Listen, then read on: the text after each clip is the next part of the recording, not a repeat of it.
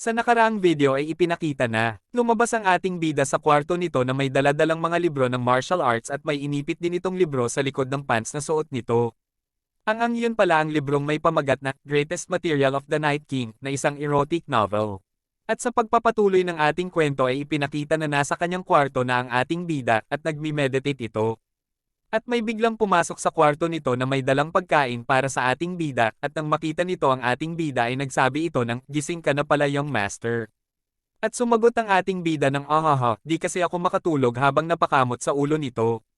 At pagkatapos ay tumingin ito sa kamay nito at napasabi sa sarili nito na simula nang ma-circulate ko ng maayos ang aking chi, ay naramdaman kong mas nagiging malinaw na ang isipan ko at di na ako madaling mapagod.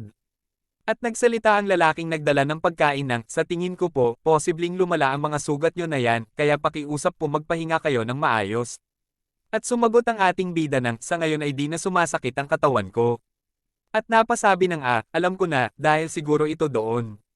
At nagsalita ang lalaki ng, sorry po, pwede nyo po akong kausapin sa paraan na gusto nyo young master, wala naman pong rason. Upang kausapin ninyo ako ng formal. At sinagot ito ng ating bida ng okay, sige, at meron bang spear training room ba dito? At tinanggal ng lalaki ang sombrero nito sa ulo at nagpunas ng pawis gamit ang panyo sa mukha. At nagsabi ng, ang init. At isinuot nito uli ang sombrero at di nakapagsalita ang ating bida sa reaksyon ng lalaki. At nagsabing, siguro magsasalita na lang ako kung paano talaga ako magsalita. At nasabi sa sarili nito ng, tang ng game na to. Ang graphics nito ay sobra. Talagang makatutuhanan, pakiramdam ko ay napakabastos ko kasi kinakausap ko ng hindi formal ang isang matanda. At nagsalita ang lalaki at nagsabi ng kung yun po ang hinihiling nyo young master. At nasabi ito ng ano po yung kailangan ninyo. Na para bang nagagalak kasi kinakausap ito ng formal ng young master na ating bida. At napunta ang kwento kung saan ay nasa opisina na ni Wikyang ang lalaki at sinabi nito ang hinihiling ng ating bida at pagtapos nito masabi ang hinihiling ay sinabihan nito ni Wikyang ng salamat sa trabahong ginawa mo at pwede ka nang lumabas ngayon. At lumabas na ito, pagkalabas nito ay inihagis ni Wikyang ang mga papel na hawak nito at nagsabing, isa itong napakagandang okasyon. Hindi muna ako magtatrabaho ngayong araw na to. At sinabihan nito ni Weeping ng, para saan naman po? Habang sinasalo nito ang mga papel na inihagis ni Wikyang. At pagkatapos ay inilapag ni Weeping ito sa mesa at nagsabi ng, my lord, kapag narinig nila ito ay siguradong may problema na namang madadagdag at sinagot ito ni Wikyang ng ngayon ay ginagawa ng bunso naming kapatid ang best nayat para matuto ng martial arts. Kaya paano naman ako makakapagtrabaho sa ganitong sitwasyon? At sinagot ito ni Weeping ng alam nyo po ba kung ano ang mas importante pa kaysa dyan ang kasalukuyang issue po sa mga elders? At biglang nagbago ang emosyon ni Wikyang na naging dismayado at napasabi ng tang ng mga matandang iyon. Talagang nakakadismaya ang mga ito. At biglang nagsalita si Weeping at nagsabi ng, my lord, pwede po ba akong magsalita? At sinagot ito ni Wikyang ng hindi pwede, di ko gustong marinig yan. At sinagot naman ito ni Weeping ng, kung ganun ay hihindi ako sa hindi ninyo. At nagsabing ito na po yung pang-5 beses ng pagkuha ni Taekyang ng pera sa family fund. At di ko pa isinali sa pagbilang ang pagnakaw nito sa iba pang mga bagay, at kung susundin natin ang batas ng pamilya ay, siguro ay pwede na wakasan ang buhay ni Taekyang. At isang himala at buhay pa ito ngayon. At napabuntong hininga, si Wikyang at nagsabing bakit mo naman yan nasabi sa akin ngayon. At sinagot ito ni Weeping ng sinabi ko po yun kasi tungkol po sa kanya ang pinag-uusapan natin. Pero pwede po kayong magtanong sa mga miyembro ng pamilya at alam kong meron din silang ganoong opinion para kay Taekyang. At my lord, alam kong ang tingin nyo po sa kanya ay isang mapagmahal na bunsong kapatid pero para sa ibang tao ay at napahinto. Ito saglit at napabuntong hininga at nagsabing hindi siya gusto ng mga ito.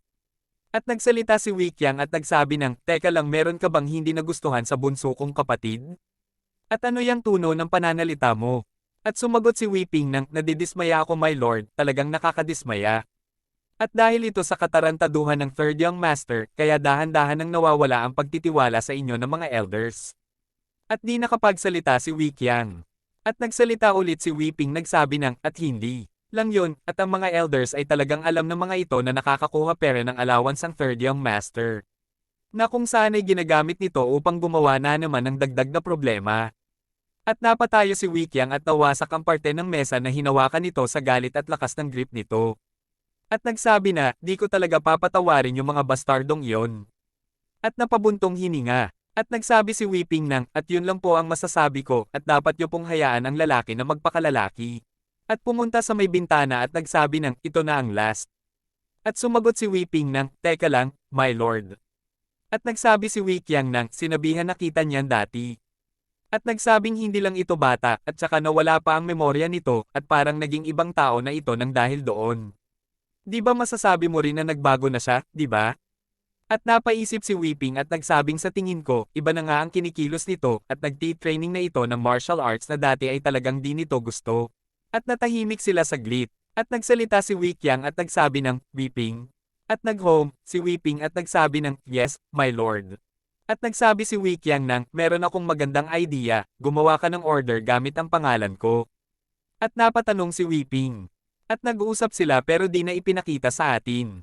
At ang sumunod na pangyayari ay nagsabi si Weeping nang, at dahil, nilabag mo ang ika-14 na sagradong batas ng pamilya.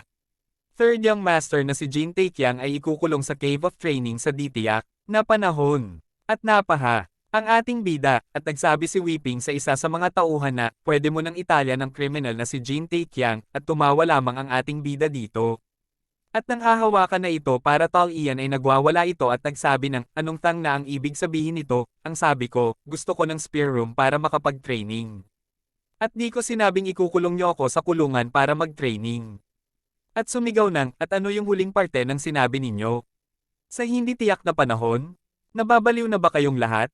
Teka lang, third young master. Pakiusap kumalma ka lang at makinig ka sa sasabihin ko. At sinagot ito ng ating bida ng, ayaw kong tang nang marinig ang sasabihin mo. Tang na. At humilata ito sa daan at nag-aastang bata na nagmamaktol dahil di ibinigay ang gusto nito. At sinabihan ito ni Weeping ng, third young master. At sinagot agad ito ng ating bida ng, fuck you, wala akong paki. At biglang nag-iba ang ekspresyon ni Weeping at nagsabi sa ating bida ng, tama na, at tumayo ka na dyan. Nagalit na galit, at napahinto ang ating bida sa ginagawa nito. At may narinig ito sa isip nito na nagsasabing ito ay spiritual sense at huwag kang mataranta at makinig ka ng maayos sa sasabihin ko.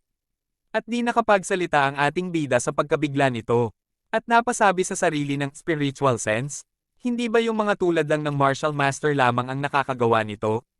At nagsabi si Weeping sa tingin ko di mo pa ito alam dahil sa pagkawala ng iyong memorya. At pakiusap, tandaan mo ikaw ay isang taong nasa ilalim ng mabigat na pagsisiyasat at posibleng makakatanggap ka ng mas mabigat na kaparusahan kaysa dito.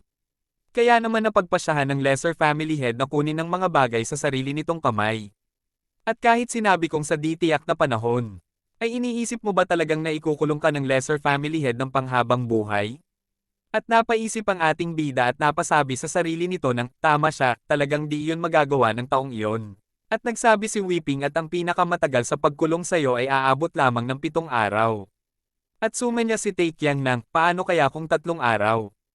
At nagsabi si Weeping ng, huminto ka sa pagrereklamo habang nantatalas ng mga mata nito. At napasabi ang ating bida sa sarili nito ng, oh, shit. Sa pagtingin ko sa mga mata nito, ang mga mata nito ay parang nagsasabing kaya nito akong talunin ng napakadali at bubugbugin. At tapos ano naman, magaling ka bang makipaglaban o magaling ka lang magsalita? At ini-activate ng ating bida ang chi sense. At nagpadala ulit ng spiritual sense si Weeping at nagsabing, so, ano ang naiisip mo?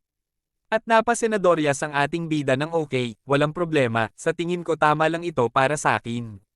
Nang makita nito na di ma-identify ng chi sense si Weeping.